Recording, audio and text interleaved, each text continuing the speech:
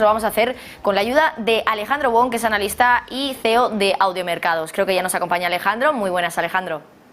¿Qué tal? ¿Cómo estáis? Muy buenas tardes. Bueno, pues estamos desde luego que muy pendientes de ese dato de inflación, de IPC en la principal economía del mundo, Estados Unidos. Se espera que el dato esté un poquito por encima del mes anterior, por lo tanto todavía no hemos visto por lo menos ese suelo dentro de lo que es la inflación en Estados Unidos. Se espera un 8,8%. El dato, desde luego que aún así es bastante elevado, 8,8%, ya se acerca peligrosamente a ese 10%, al doble dígito. ¿Qué podemos esperar de este dato? Podemos esperar que se encuentre precisamente en ese, pues por lo menos en esa cifra que se espera, en el 8,8, o se espera algún tipo de sorpresa respecto al dato estimado, Alejandro.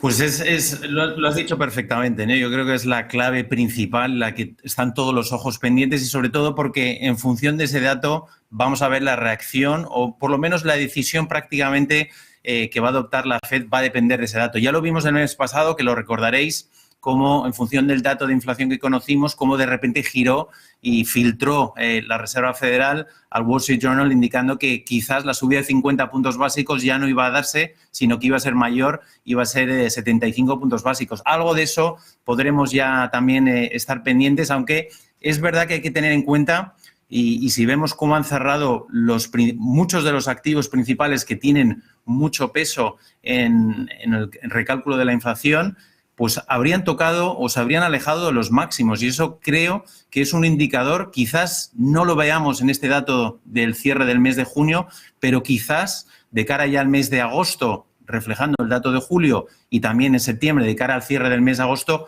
quizás ahí ya empecemos a ver que estamos ya en ese pico tan deseado que estamos todos los inversores esperando que haya llegado la economía norteamericana, y evitemos un crecimiento de precios de doble dígito como hemos visto en España, ¿no? Yo creo que el dato de esta semana está ya descontado. Eso es lo positivo, es que ya está descontado que independientemente de ese resultado, la Fed va a subir los tipos y ya prácticamente descuenta que va a ser en 75 puntos básicos. Tendría que ser un muy mal dato, o sea, un dato de repente que nos reflejara un crecimiento doble dígito para tener que reajustar esas expectativas de nuevo y que la Fed en vez de 75 hablase de una subida en 100 puntos básicos. Además, esta semana, a finales de semana, entramos ya en ese periodo que se conoce como el blackout period por parte de los miembros de la Fed. Por lo tanto, a partir del jueves, viernes, ya no van a poder hablar ningún miembro hasta que sea la próxima reunión.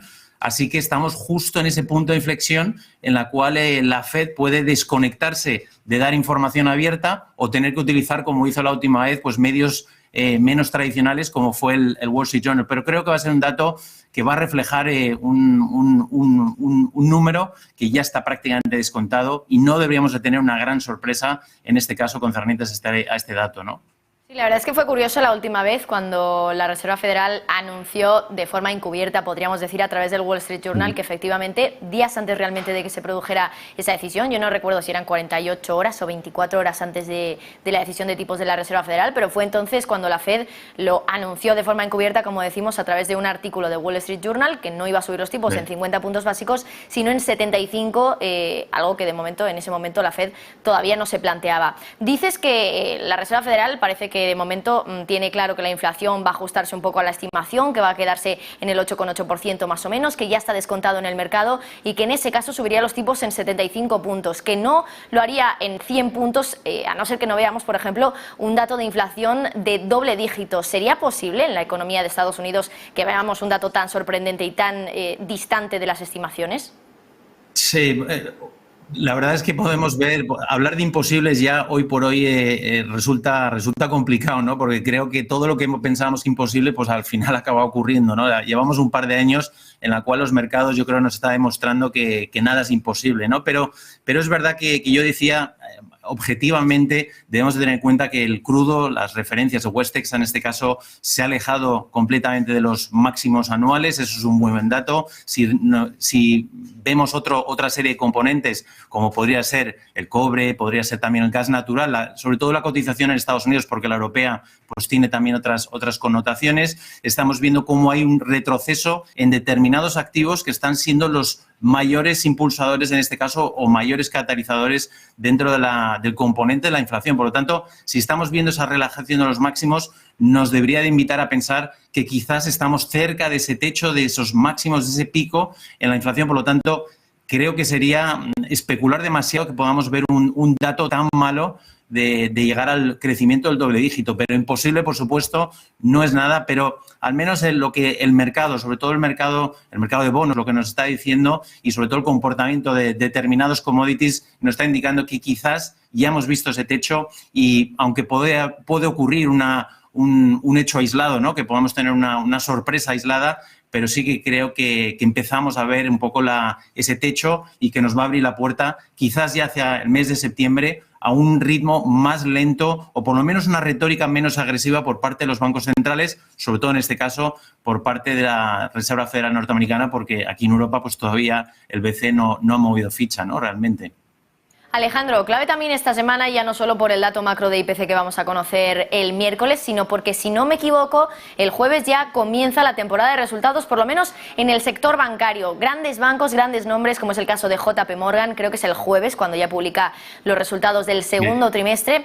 No sé si tienes alguna estimación de por dónde pueden ir los tiros, de qué tal les puede ir, por ejemplo, en este caso, al sector bancario, que es el primero que publica resultados y es un sector con muchísima fuerza, por supuesto, en Wall Street. ¿Qué tal les puede ir en esta temporada de resultados? Que, bueno, quizá en Europa algunas compañías, ya no quizá sector bancario, pero otras compañías pueden estar muy afectadas por todo lo que ha ocurrido en términos energéticos. No sé si tanto en Estados Unidos. Sí, bueno, yo creo, efectivamente, arrancamos una temporada de resultados que yo creo que va a ser una de las que más atención va a tener un seguimiento brutal, ¿no? Porque yo creo que hay muchos ojos y sobre todo por las expectativas, ¿no? Ese ratio de crecimiento empresarial de las empresas que cotizan el S&P 500, me parece que para ese trimestre estaba en torno a un 4,3% y supone, en el caso de cumplirse, que estaríamos en niveles no vistos desde el año 2020 en pleno pandemia de la COVID. Por lo tanto, en el caso de cumplirse, podríamos tener un escenario de una ralentización, a pesar de que el dato podría ser, cualquiera objetivamente diría, oye, un crecimiento esperado de los resultados, un 4,3 es muy bueno, pero es el peor dato que no hemos visto desde el año 2020. Por lo tanto, es algo a tener en cuenta y yo creo que para que esta temporada de resultados se convierta en un catalizador para los mercados, creo que la clave va a ser que veamos resultados menos malos de lo esperado, ¿no? Y efectivamente, pues inauguran a finales de semana, pues tenemos los grandes bancos, ¿no? JP Morgan, vamos a tener los de Citi, vamos a tener los de Wells, vamos a tener los de la gran banca norteamericana. Y lo que, si yo cogiera en este caso el gráfico, ¿no? El price action directamente de JP Morgan, a pesar del entorno en el cual está ahora mismo, un entorno de subida de tipos de interés, que lo automático es pensar que en un entorno de subidas de tipos de interés, el primer sector beneficiado en este caso sería el sector bancario, y todo lo contrario, porque podemos ver el gráfico prácticamente cómo se ha alejado desde los máximos de los $171, pues estamos ahora mismo en los 114. Si cogemos este gráfico, en este caso es un gráfico diario de JP Morgan, el gráfico nos está indicando que aquí hay ganas de rebotar y estamos viendo cómo nos podría indicar un primer movimiento hacia esta zona, hacia los $124 más o menos, lo que nos viene a indicar que los resultados pueden ser mejor de lo esperados, al menos desde el punto de vista, en este caso, técnico, ¿no? Luego, en aspecto fundamental, pues habrá que ver luego las cuentas que publiquen y sobre todo porque hay muchas variables, ¿no? En esta temporada de resultados tenemos un dólar muy fuerte, con mucha fortaleza, que sin duda puede suponer también un claro, en este caso, factor negativo para muchas compañías, ¿no? Durante estos resultados. También el coste que está suponiendo, pues el elevado coste de contratación, los problemas de las cadenas de suministro que todavía no se han resuelto, por supuesto, el aumento de los precios energéticos, la inflación en sí. O sea que hay muchas noticias o entorno negativos. Estamos en una situación, yo creo, de entorno macroeconómico muy complicado, en la cual las empresas veremos cómo han conseguido navegar entre ese entorno, ¿no? Y además también vamos a materializar el impacto que ha supuesto para las compañías esa salida del mercado ruso, ¿no? Ante la invasión en Ucrania, ¿no? Así que hay muchísimos componentes y yo creo que va a ser una de las temporadas de resultados más interesantes de seguir. Y bueno, yo sí que tenía antes puesto el gráfico del Dow, aunque lo podemos replicar en el S&P, en el Nasdaq.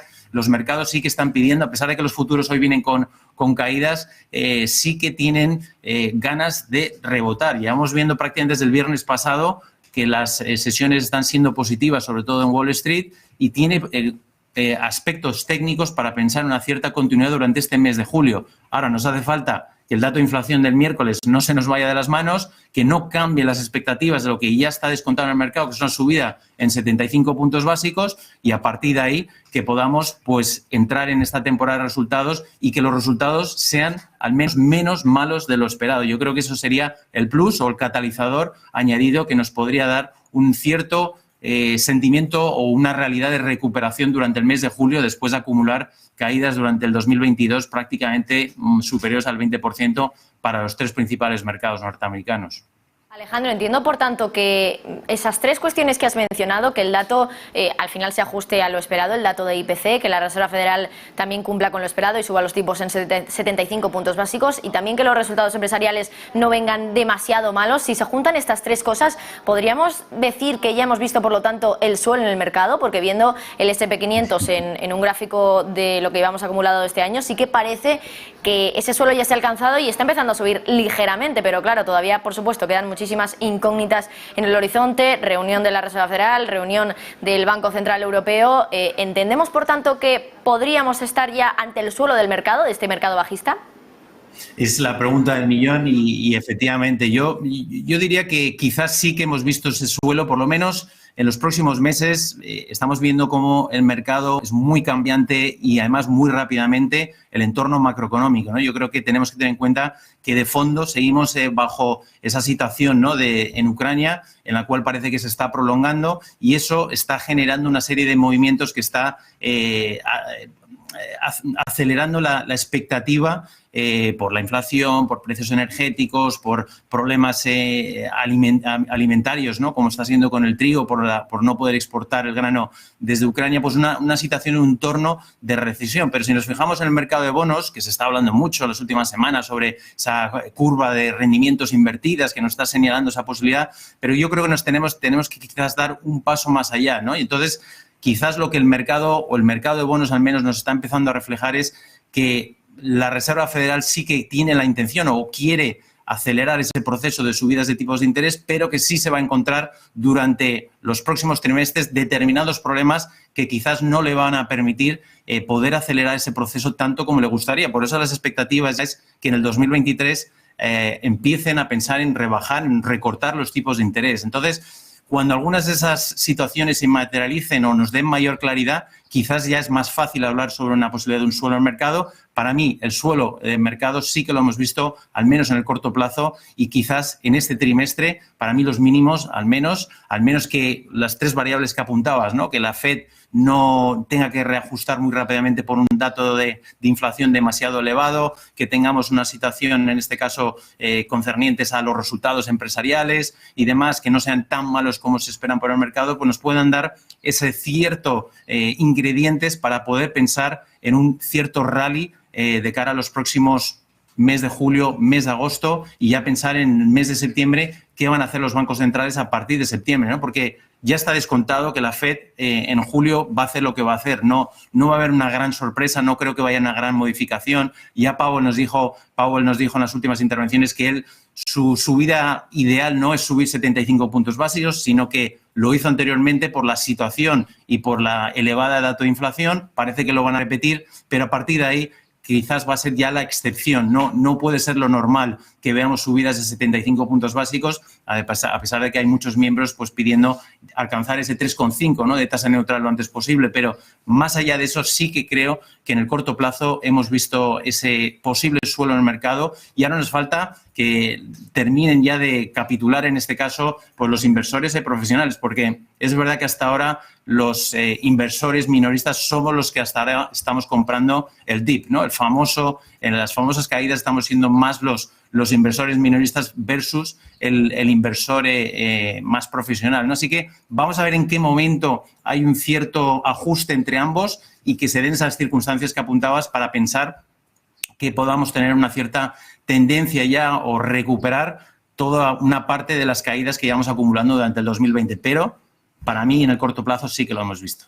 Bueno, pues esperemos que después del año que hemos pasado, desde luego, que el verano al menos sea un poquito más agradable para los mercados financieros y ojalá tengamos ese rally del que hablabas, Alejandro. Por último, ya te quería preguntar sobre Twitter. Tenemos hoy en preapertura a la compañía cayendo en torno a un 6%, no llega al 6%, pero se queda en un 5,7, 5,9, lo hemos visto en los últimos minutos, por la decisión de Elon Musk de dar marcha atrás a su decisión de comprar la compañía por 44.000 millones de dólares. Es una cifra tan alta que a veces hasta cuesta decirla. ¿Qué opinión tienes sobre Twitter respecto a lo que te dice el gráfico, Alejandro? Pues ahora mismo vamos a ver efectivamente la apertura de hoy, que va a ser una apertura con un gap, como apuntabas, ¿no? En torno a un 6, un 7%. La verdad es que la estructura que tiene aquí en gráfico diario, pues creo que quizás es ahora mismo el punto clave, ¿no? Vamos a ver si hoy, tras esa apertura que va a ser bajista de manera automática por la noticia de la retirada de Elon Musk, y vamos a ver cómo consigue cerrar hoy Twitter, ¿no? Yo creo que va a ser la clave para pensar si a nivel técnico, más allá de que esta oferta quizás no termine de salir, porque ahora van a entrar en una guerra judicial que puede prolongarse en el tiempo, pero sobre todo el cierre de hoy, en función de si consigue cerrar Twitter por encima de los 34 dólares y medio y sigue respetando pues esta zona, ¿no? de los mínimos que llevamos desde el 2020, el 2022 en marzo, podría dar pie a pensar a que por lo menos debería empezar a volver a cotizar o intentar recuperar los 45 dólares, una vez que ya pues todo este ruido se digiera y podamos ver que esa batalla legal entre la Junta de Twitter, que quiere que Musk finalice esa compra, y Musk también que pueda dar los motivos por los cuales no lo va a realizar, ¿no? En el momento que se pueda llegar a un consenso, pues podremos ver, pero mientras tanto, al final hay que valorar la compañía y sobre todo ver hoy, tras el gap que tenga hoy, vamos a ver dónde cierra la compañía, así que quizás el cierre de hoy nos va a dar pistas de pensar si Twitter puede volver a aspirar a recuperar esos 45 dólares o en el caso de que cerrase por debajo, pues todavía nos abriría quizás todavía nos abriría espacio hacia caídas más abajo, pensando hacia los 31 dólares de inicio, que sería el primer movimiento que veremos finalmente dónde habrá la compañía. Pero ahora mismo quizás la clave va a ser la reacción post la noticia del viernes. Vamos a ver si consigo o no cerrar el gap, que va a ser la principal cuestión de hoy. Bueno, pues veremos cómo termina esta polémica historia, desde luego, porque también hay que decir que en las últimas horas Elon Musk, teniendo en cuenta la decisión que ha tomado, pues ha publicado un meme en su cuenta de Twitter riéndose un poco de la situación de que al final Twitter le va a llevar a los tribunales y aún así la compañía, pues en esos tribunales ante el juez va a tener también que desvelar esos datos de bots, de cuentas de spam que tiene en este caso la plataforma, algo que, bueno, no quería ni siquiera mostrárselo al propio Musk, pues va a tener que hacerlo ahora ante los tribunales, y así se reía Elon Musk de Twitter precisamente en una cuenta en esta plataforma, en esta red social, en Twitter. Así que bueno, muchísimas gracias, Alejandro Wong, analista y CEO de Audiomercados. Nos vemos la próxima. Gracias. Nos vemos, cuidaros. Muchas gracias por invitarme. Gracias a ti, Alejandro.